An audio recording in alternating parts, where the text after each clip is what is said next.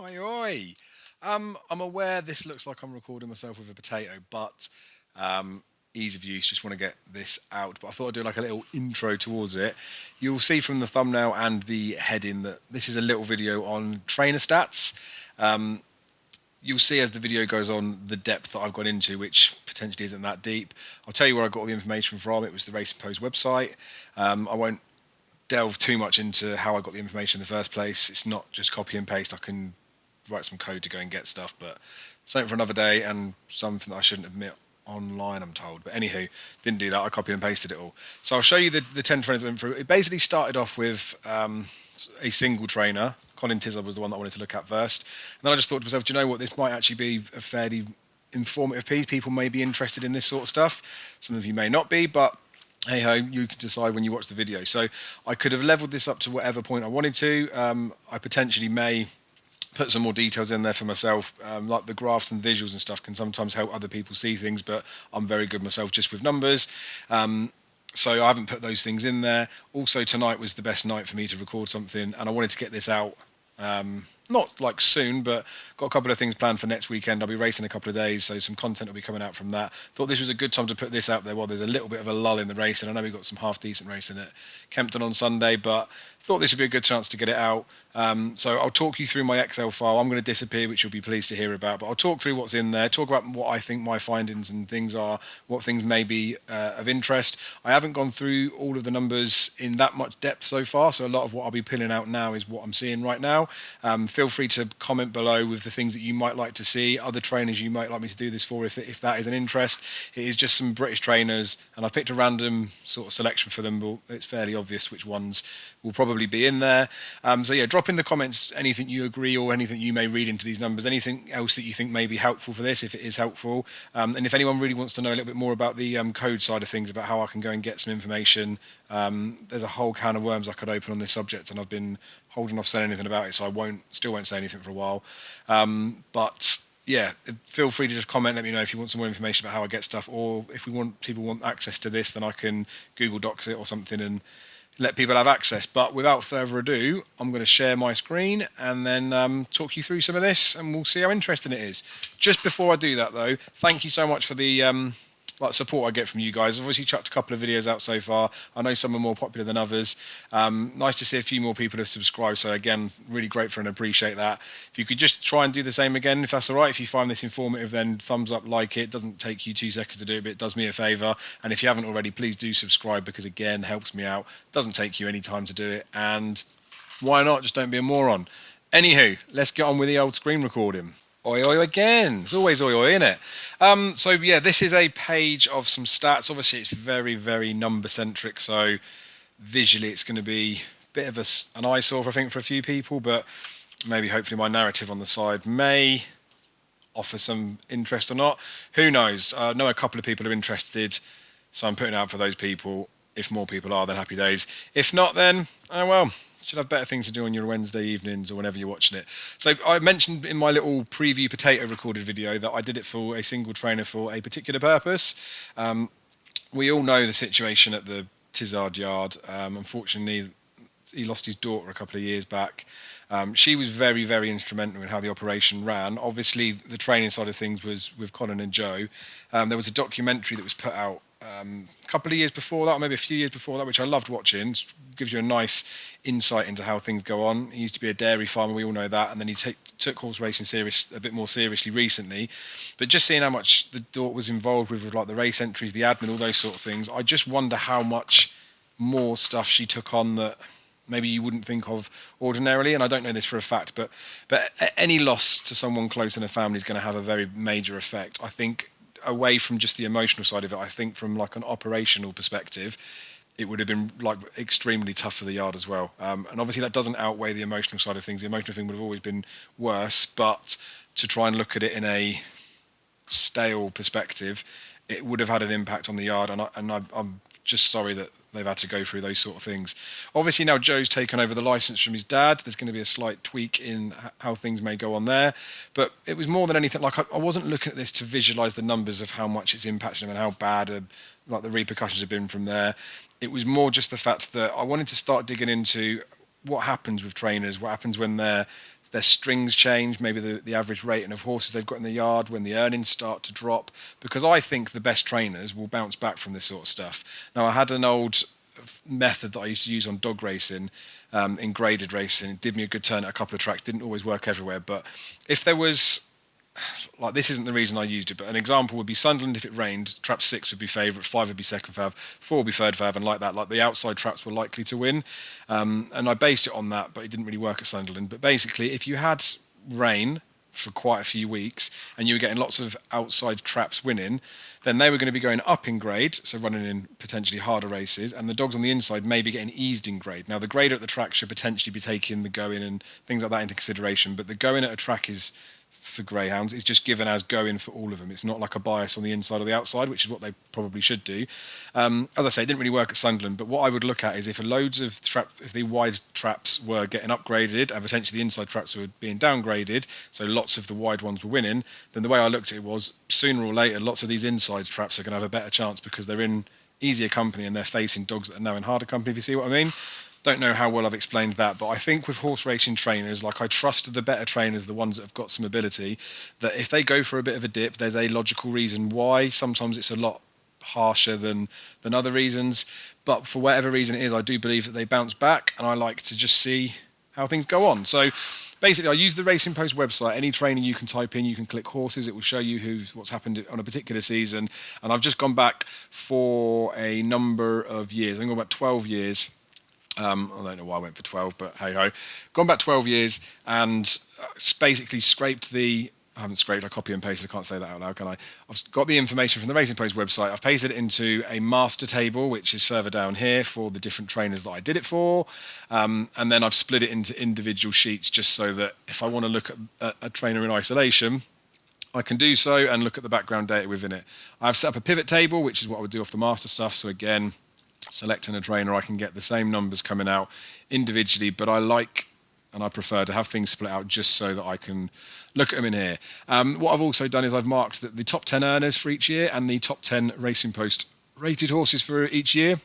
See how much of a correlation there is between those and the performance of the better horses in terms of rating and the better horses in terms of what they won. And then I've chucked in a load of bits in here. So basically we've got the number of runs, the number of runners, so that's the different horses that made up the runs, number of wins that came out of it, what the earnings were for the year, the earnings for the top 10 horses, the top 10 Racing Post rated as a percentage of top earners. So where I put those two columns in over here for top 10 earners and top 10 Racing Post rated, how many of those were, like, the top earners were the top Racing Post rated. So you can see in 2015, all of his top earners were his top 10 rated. So his best horses did the best for him there. Runs per horse is another interesting one because there's certain trainers we might, I don't want to say this like as like an actual term, but like we will say they might flog a horse, like they may overrun their horses, or it may seem like that just to get results, but that may not actually be the case.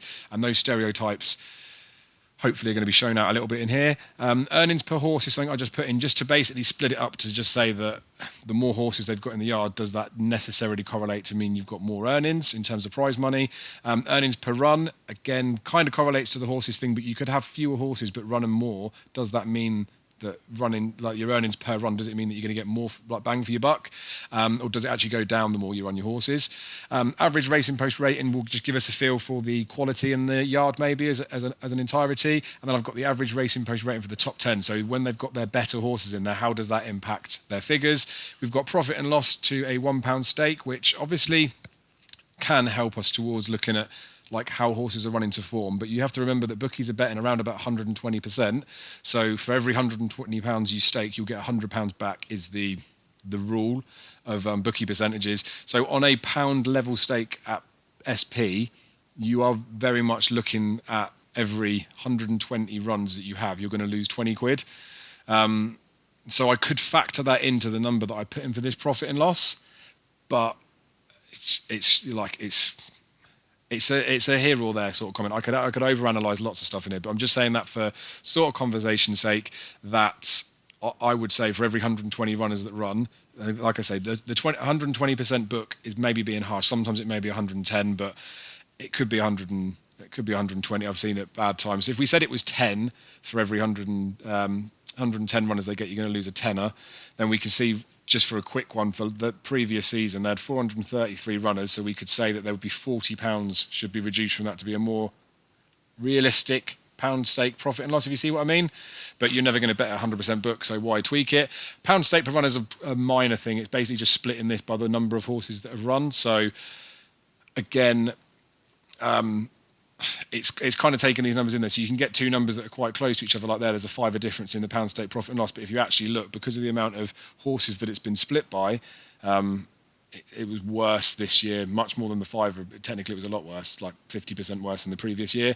And then the strike rate's obviously an all-important thing in there, which I think as well is going to maybe not shock a few people, but I think it's going to show in true light of what the expectations could be for yards. So I've done this for every trainer. I say every trainer. I've done this for 10 trainers. So I picked out Colin Tizzard because I started off with him. Obviously, you've got to do Hendo and Nicholls. I put Dan Skelton in there because obviously he's having lots and lots of runners, a emerging trainer, really, if you look at the years that he's been training.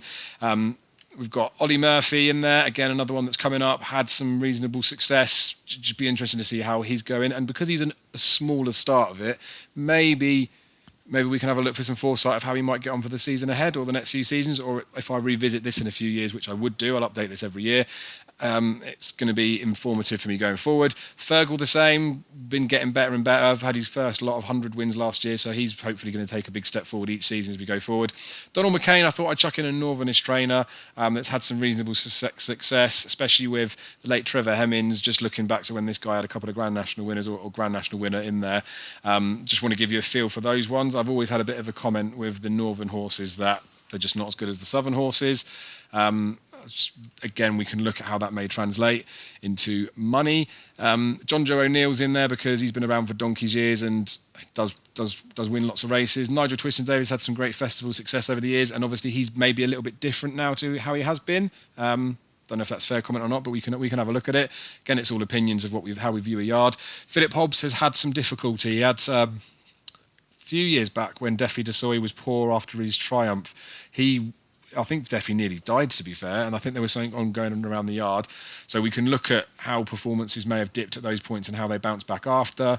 And then, like I say, we've got it in the master, and then we can do some comparisons of a couple of trainers against each other, which is maybe where it will become that bit more informative. But I'm just going to drop back to Colin just to the very start of this, just so we can quickly skim through some of them and what numbers may look, just to give us a bit of a feel for him as a trainer. And like I say, this was the guy that I wanted to start doing anyway. His strike rate percentage here, we can see we've got an average across the whole lot of them is around about 13%. But we can see of that average of 13%, if we go back to these few years here, where he started to pick up, like in terms of a strike rate, hitting just over 14% in there. Last year, as an 8.55%, we can see that is a significant reduction in his normal typical strike rate that's in there. Now, of course, when horses aren't running as well, they're probably not going to get the ratings as they were previously. But if you just look at the yard, maybe quality that he had, he's had these 160s of his average Racing Post rating of his top 10 horses. So this isn't the whole yard being bad. And then it dropped to 155. And then again, if you look there, we've got some 120s, and even back here, the 119 to 118s. It dropped to 113 as the average there. So it's only dipped a tiny bit further down, but the significant impact of whatever else has happened has maybe had a bigger impact in just how things have been going, maybe. And we can see overall that, like, we got these 109 as his average Racing Post rating and these 153s, like they almost sort of filter into each other. When we look at the earnings per run as well, we can see back, like, this isn't in his infancy, but before maybe he was at, like, as fully established as he is now, his average earnings per run was just under like 1,500 quid. If you look at how he's performed since then, there's a couple of times he's dipped under a couple of thousand, but he's had a reasonable spell of it. We know he's had some big winners, the likes of Thistlecrack, your Native Rivers, your Q cards.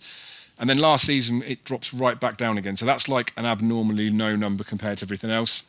And then if you actually look at the earnings per horse, so the number of horses that he's got in the yard, we'll come over to the left for that. This isn't necessarily horse in the yard, this is horses that have run. But you can see the last 4 years, he's had over 100 different horses that have been running. He only managed 37 wins, which is his lowest for a long time. The average earnings per horse is pretty low as well. And then even if you look at the runs per horse, Not saying that he didn't want to get him out or anything like that, but we know that Colin Tizzard isn't afraid to try a horse over a tripper track to find out the questions. That's one of the things that I love about him the most. If you've got all of this period of time here where you're averaging 4.8 down there, so almost 5 runs per horse, and then you get to a point now where it's starting to dip under the 4s. Admittedly, this isn't just from the same year, this is from before, but then there could have been other reasons why we may have missed a few runners there. It just not begs the question, but it just makes you wonder all the impact of everything that happened externally, like maybe how fit they were getting the horses, or just whether they could commit as much to it. I don't know. I'm literally just randomly guessing things that could happen, but I just think this is enough to show that there was an impact on the yard's performance. We've got a potential reason for why those things happen, and a completely understandable one. It's one of those things that it happens, but I think he'll be able to bounce back, and I'm sure he will. When it happens, we don't know, but I don't think these things take normally much more than a season. So we could see there that he jumped himself back up, and then after that he started to have, after that he had his best season for a long time. When we look at the earnings from the top 10, you can see over previous years how this isn't always the case. We can look at different trainers, but it's not 50-50, but it's not far off a 50-50 split of your top 10 horses are earning the money shot, and this is when he's got over 100 horses, and the other 90% of them are making up the other half of it. You can see last year that most of his earnings came from those top 10 horses, so his better horses. And obviously, again, it may sound like an obvious thing to say when you've had a fairly rough season that, of course, your best horses are the ones that have made the most money in there. But it just goes to show for an early instance in here and an early indicator that it really is a case of the better horses you've got, obviously the more money you're potentially going to earn, but I think the better every other metric becomes as well. So I know that doesn't really answer within the pound stake profit and loss in there, but we can look at some other ones and we'll move on to it, how it may affect. The percentage from the top earners as the top 10 Racing Post rated is 73%, so about 3/4 for the historical time of the Tizzard yard, that the majority of his money comes from a smaller sample of horses. So 75% of those top horses are the ones that earn most of his money. So you could potentially argue the strength in depth maybe isn't there for a yard like this, despite him having over 100 different horses that run for him. So the easiest ones to go and compare that to, just very quickly, will be Nicky Henderson and Paul Nicholls, just as a quick glance now. And then we can skim through some other ones and we'll look at them. Like, I don't want this to be too much of a long and laborious thing, but then I do want to cover it in enough detail that it's worthwhile doing. So I'm going to skip Nicky Henderson. I'm going to go to Paul Nicholls because he was the main man last year. That's not because I've looked and prepared that this is going to be a better outcome. We'll flick back to Nicky because him and Nicky, I think, will be fairly similar, but there'll be differences about them. But it may be worth, when we look at his figures, that we skip onto the comparisons slide so we can see them against each other. But the first thing I just want to jump to is, because I was talking about it with Colin Tizzard, 75% of his top Racing Post rated horses were his top earners. For Nicholls, it goes down to 65%. So it may not sound like a lot, but like I say, you'd think more obviously that your better earning horses are going to be your better class of horses because they're probably running for more prize money. When you get to a bigger yard and they've got more horses running from, potentially they're less reliant on those big boys. But it may be, if we did it as a percentage, so if we took the top 10% of these horses instead of the top 10, because Nicholls maybe had twice as many runners as Colin Tizzard, we're probably going to feel ourselves back at the same sort of percentage. If we look at the runs for Nicholls horses, it's like, I know there's a fluctuation up to a 4.2 in there, but it's fairly much around the average. There's like 3.5 runs a year for him. We saw when we looked back at Colin Tizzard's that before maybe he was having a lot more runs than that. Whether he's by design now he's coming back, I don't know. Earnings per horse, you can see, is very, very large compared to Colin Tizzard's, what he did last year. This is like an interesting one, I think, more than anything to me, because earnings per horse, and obviously this is split across everything, like a horse could earn $1 million and then it gets divvied up against the rest of them, but just as like a bit of a spark in the eye, it might cost you 20 grand a year to keep a horse in training. Obviously training fees vary where they are, but let's just say it costs 20 grand to keep a horse. Like, if you've got Colin Tizzard in here where he's got a number of horses as in an average that are earning, basically showing that they can earn enough to pay their keeper, maybe a little bit on top, maybe fills you with a little bit of hope that if you've got a big money purchase, you send it to this trainer, like he's capable of doing it with these horses. Nicky Henderson, if we quickly go and look at him, I know we were going to Nicholls, but if we look at his earnings per horse, Nicky Henderson's was poor last year compared to some other ones, but you can see there, he dips in and around 15,000 as an average if we ignore last year, which isn't dissimilar to Colin Tizzard. Paul Nicholls, when we look at him, he's 16,500. So again, no offence, but Nicky Henderson and Paul Nicholls are the best two trainers in the UK. I think of like class horses, so their money goes up. If we quickly skip to Dan Skelton, because I don't think he's got as much strength in depth in his, we can see here again like the average earnings per horse dips down significantly. Like under £8,000 would be the earnings per horse for Dan Skelton, and we can look at the runners there. He had 196 last season. We look at Paul Nicholls, he had 191. So it's very similar, but Paul Nicholls' average per horse was nearly 13,000. Dan Skelton's was 9,500. So all I mean within that is that we talk about how much training fees are. We will see if, as we go further down the line for different trainers, that potentially some of these trainers are like, not saying that you're guaranteed to get your money back if you're with a big boy, but there's just some of these that I think you'd be less likely to get better results out of your horses. And at the end of the day, we can use a metric as we want for how successful a horse is, but I think it does come down to the pound note.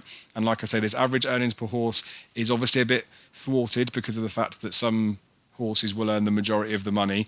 But when you've got a yard like Nicholls where 65% of their horses that make the most money are the best horses that are in there, that does mean that 35% of them are still picking up a fair wedge across the lot. There will be some horses that don't earn a single penny that's in there, but I guess it just paints a picture that there is more chance. I think like it maybe fills you with a little bit of hope. It could be absolute red herring, but hey ho, numbers always can be.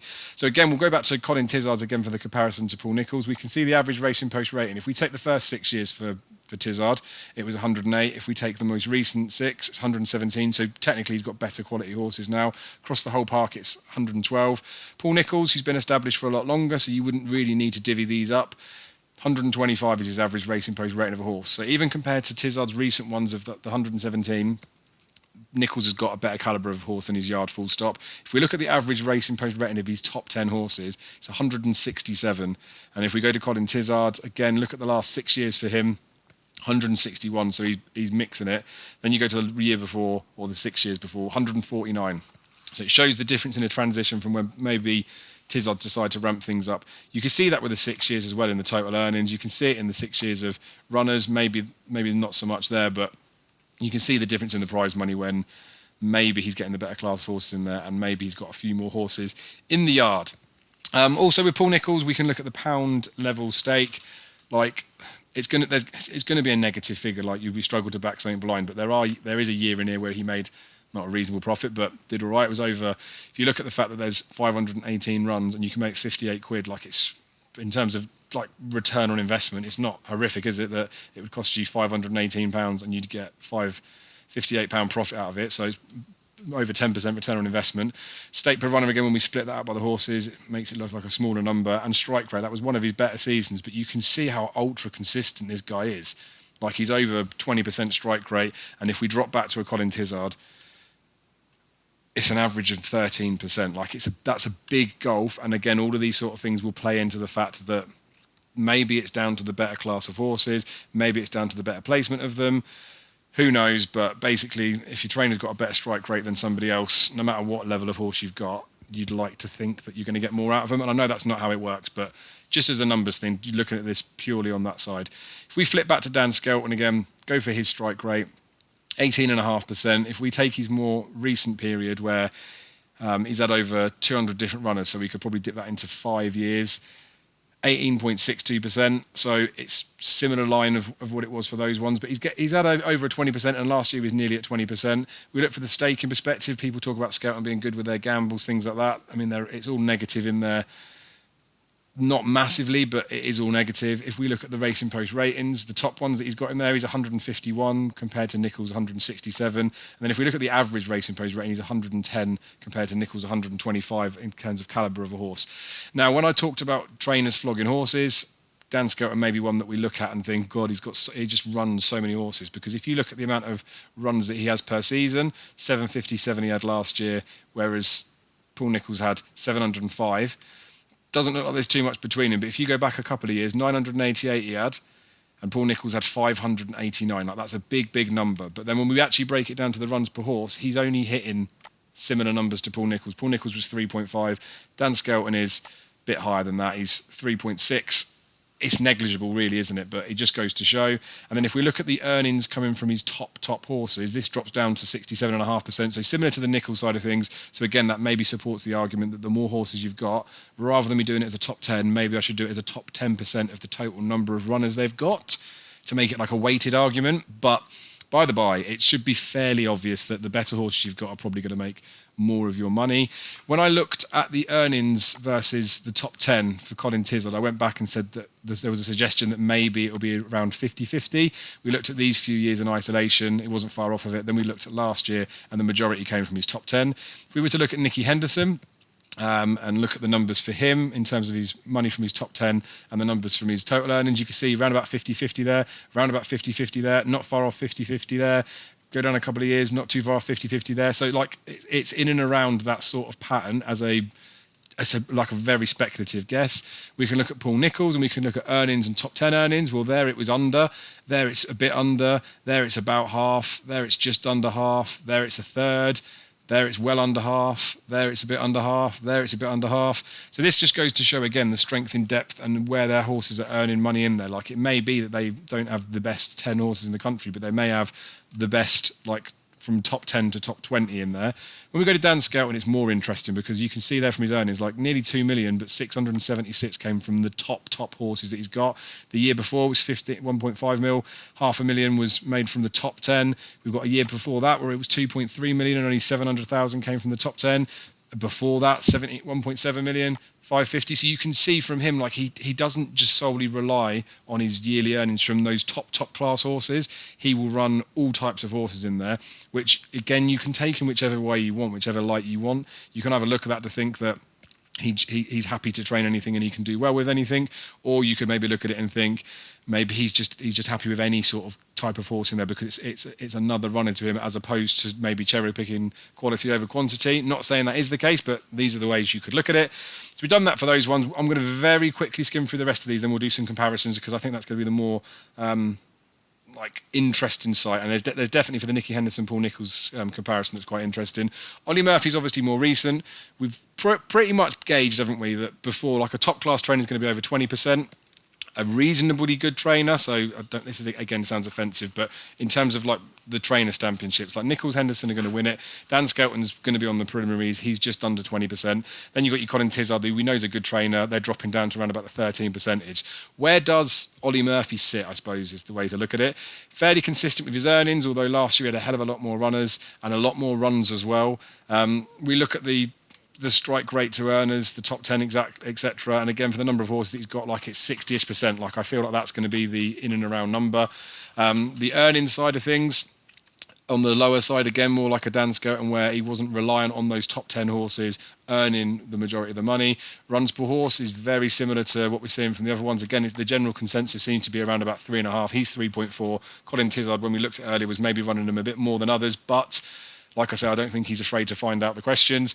Earnings per horse is a lot lower for Ollie Murphy. So again, I talk about the amount of training fees and what might be returned from the amount of runners. Like, it's significant drop in what you'd be expecting from other yards. But again, maybe it's the calibre of horses.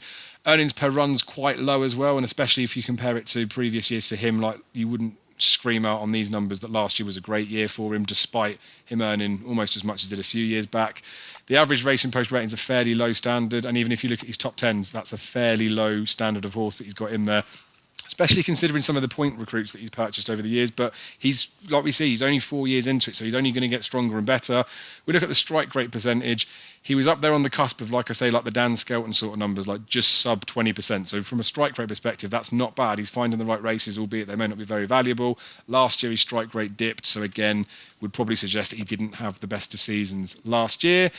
And again, from the profit and loss perspective, you can look these average pound stake loss per horse, which maybe turns these numbers into more relatable terms, was about the same, but it was twice as bad last year than the previous year. So again, supports the fact that he probably didn't have a great season last year. Be interesting to see what sort of curve he goes on, because as I suggested with the more established trainers, they will bounce back from a lower percentage. And then you get the top boys that when you look at their percentages on the side, they just tend not to have massive dips. In saying that, interesting, we're looking at Nicky Henderson. When he's dipped under 20%, he had a normal season from after. He was his lowest he's ever been in terms of my 12-year stats on here as a strike rate last year. So again, maybe he'd pick up. But then is Nicky Henderson getting too old for it? We just don't know.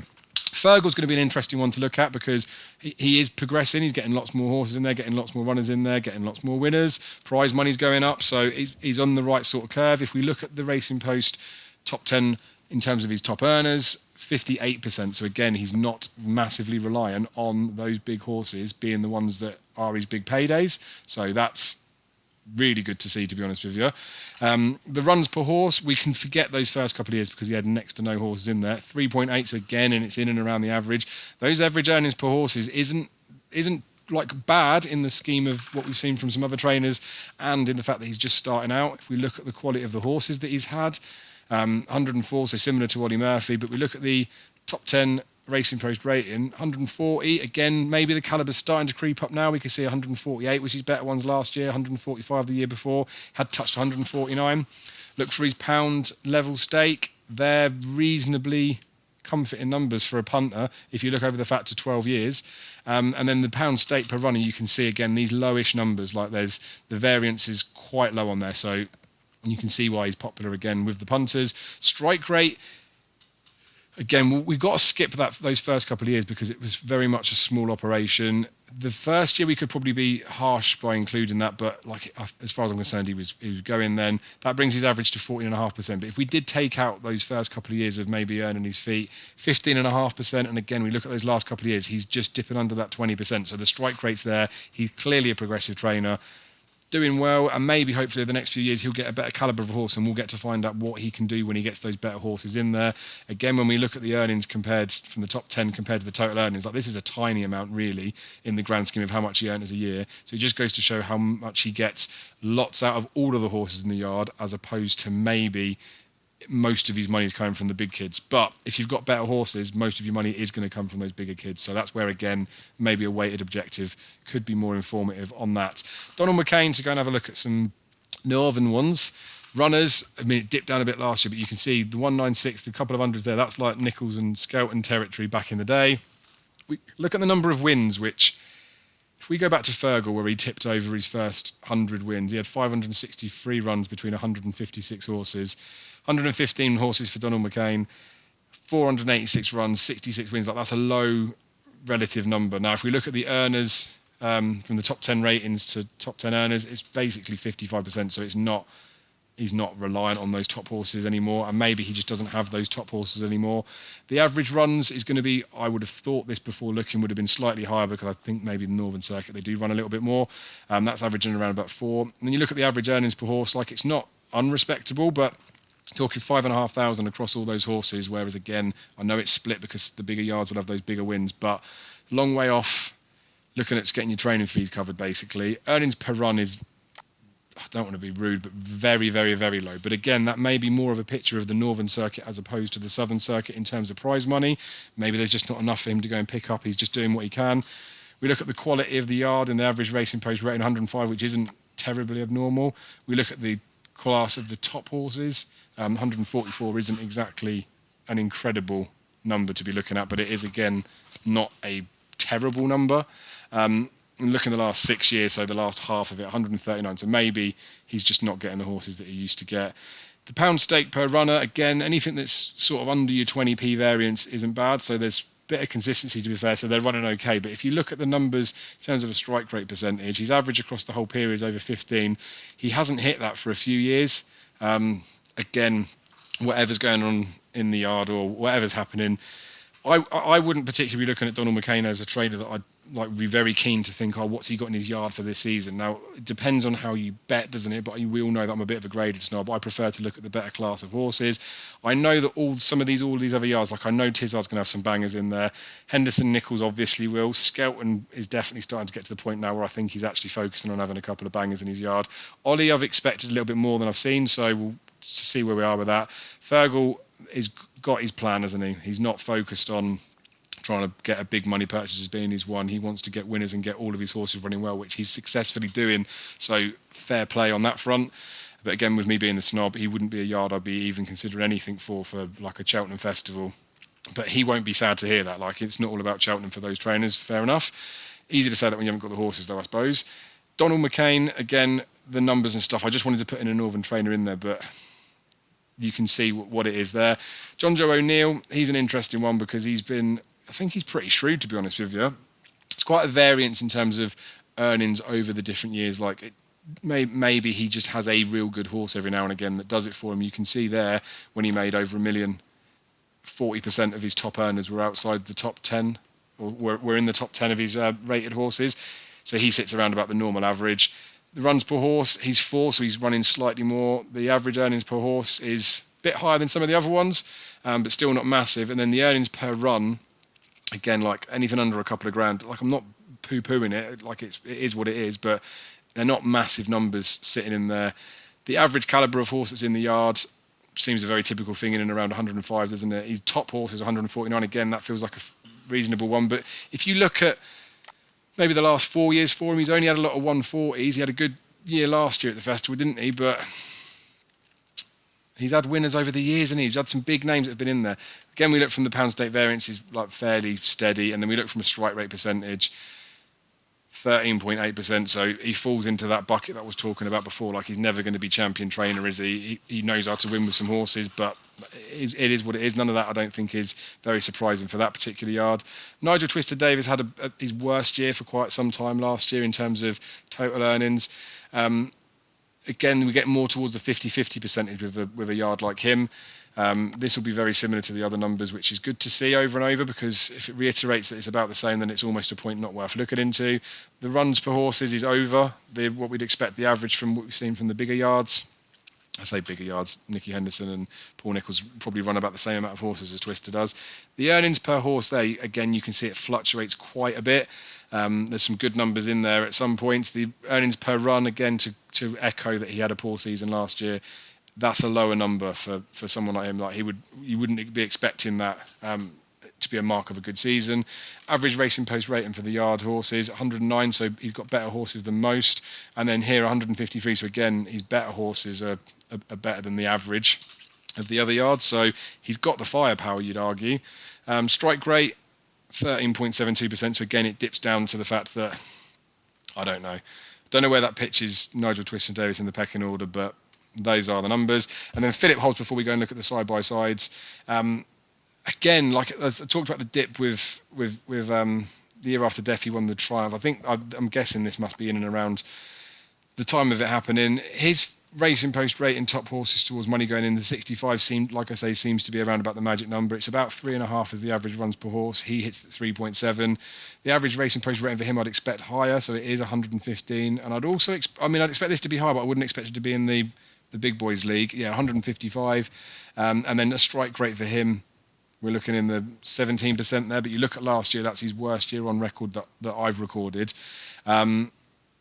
So again, like the fact he's had such a great flying start to the season, sometimes it's worth looking at if a trainer's had a bad bump like he did there, and then they go and shoot up, like they will bounce back. He had 13.7 there, and then he had one of his best recent years after in terms of a strike rate. So as I said before about the dogs thing, if you've got a yard that's got talent in there and they run poor for a season for whatever reason, if they can get those horses firing again, and there's no reason why they shouldn't be able to, then if they've all been lowered in grade and then some other yards have been winning those races, then next year it's going to be almost like a double whammy. Not saying things will necessarily be easier for them, but I think they'll have a lot more chances to do well. That's how that sits. So I really, really could go on about this for hours and days. I could have put charts in to visualise things differently than talking about it, but I'm just going to go to the side-by-side thing just to look at a couple of trainers, just to echo the things that I've said, and then I'm probably going to wrap it up. And then if you've got any questions, comments, etc., drop it below, and then I could potentially do another video or a spin-off or a live or something, maybe, if that's more beneficial.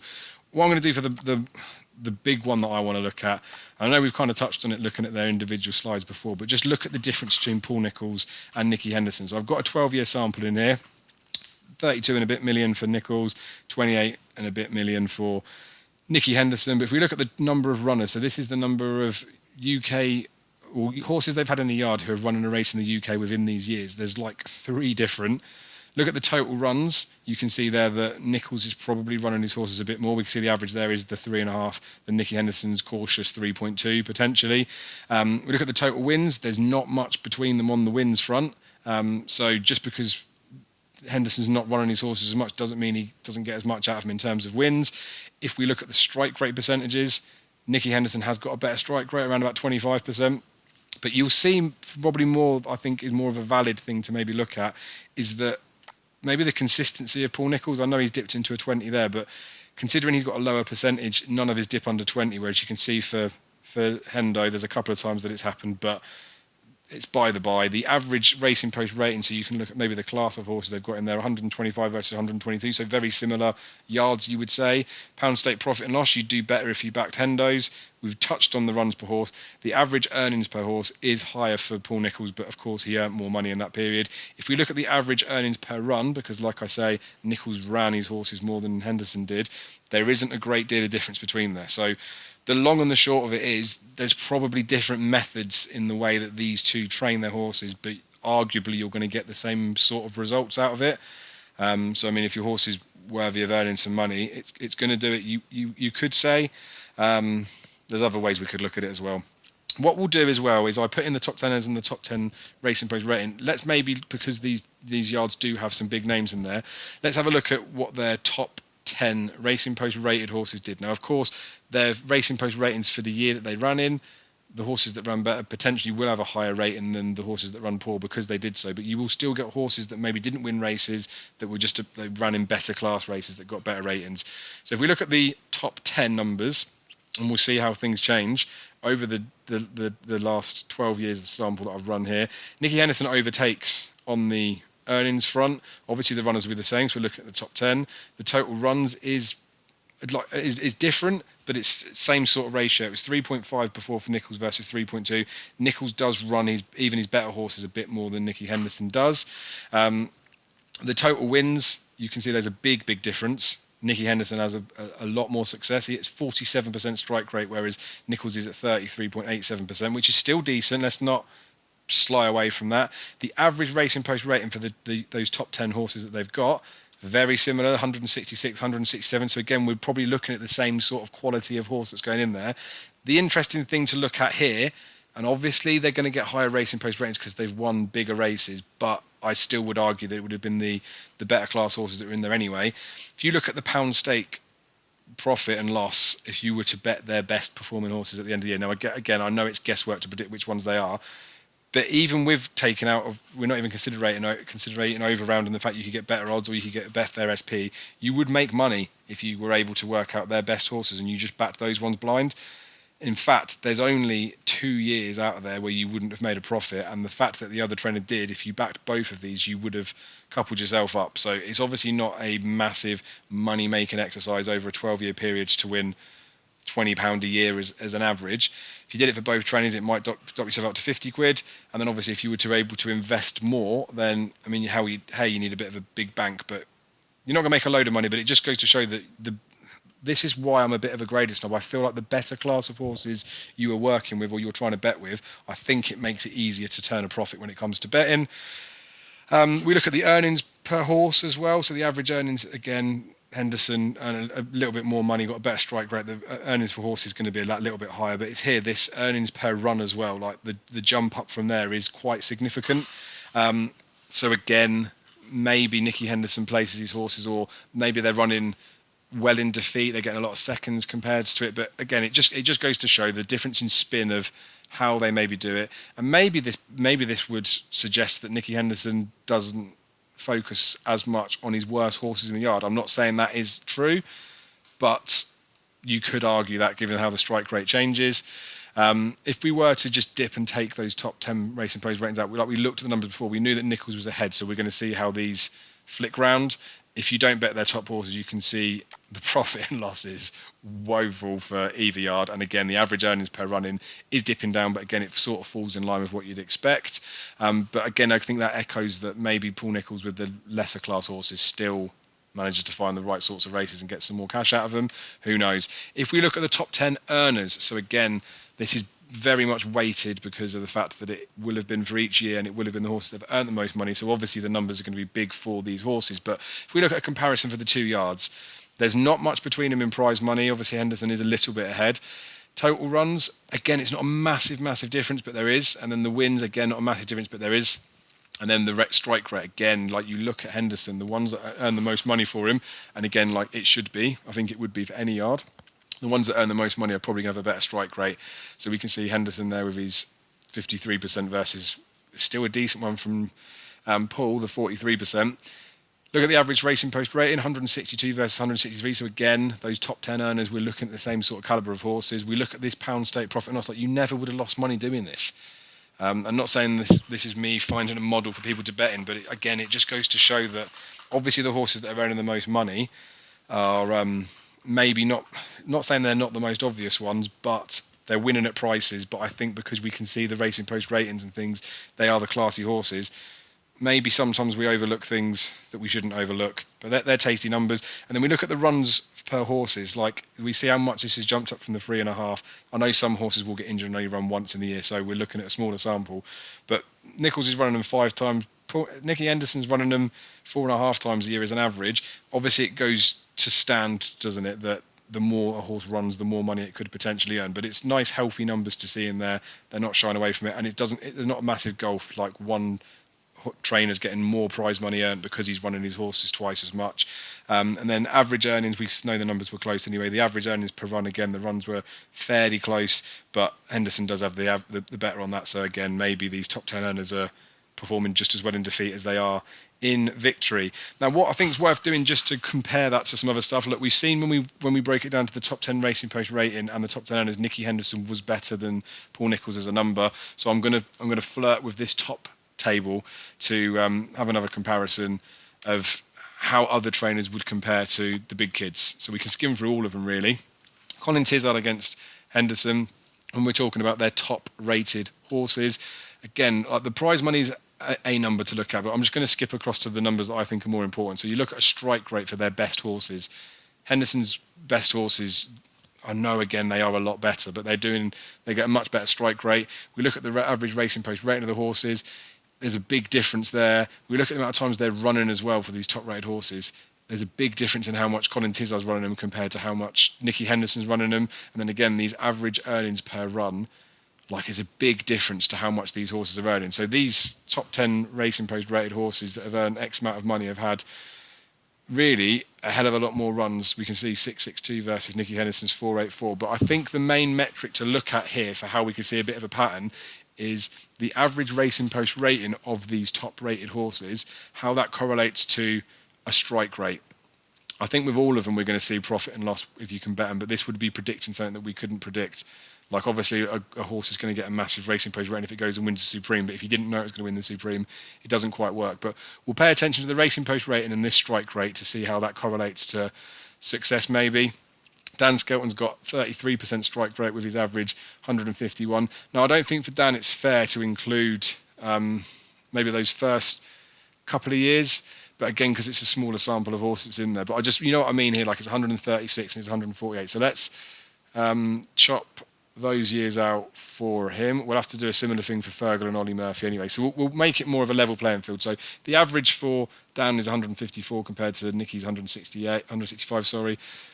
33% a third strike rate, whereas about half. We can see the number of runs again isn't too dissimilar. The wins is much better for Nicky Henderson. We know that in the strike rate.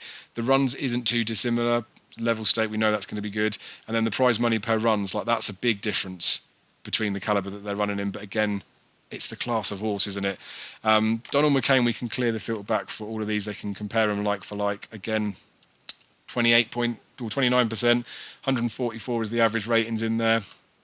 Again, a lot more runs in there than Nicky Henderson gets for his better rated horses. And then again, these average earnings per run, like it's abysmal in theory compared against the lower circuits to what the northern stuff is. Fergal, again, we have to take out those first couple of years, I think, because I don't think it's fair to really compare. But look, you look at the calibre of horses, like it's getting a lot better now, and the strike rate may be in and around the same, but again, it paints the same picture that we're seeing with this other lot. Like again, there, the average earnings per run is very low. which correlates to the total earnings really, but it's the calibre of horse, isn't it?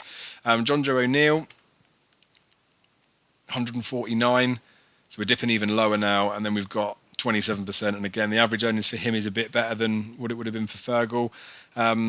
We've done Nicky because we're doing Nicky. Nigel Twiston, strike rate like 25%. Like this is the reality that Nicky Henderson and Paul Nicholls aren't far off hitting a 25% strike rate with their yard full stop. I know these better horses are taking up a number of that, but these trainers like Nigel Twiston-Davies here, that's for their best top 10 horses of the year are hitting around about the same sort of rate.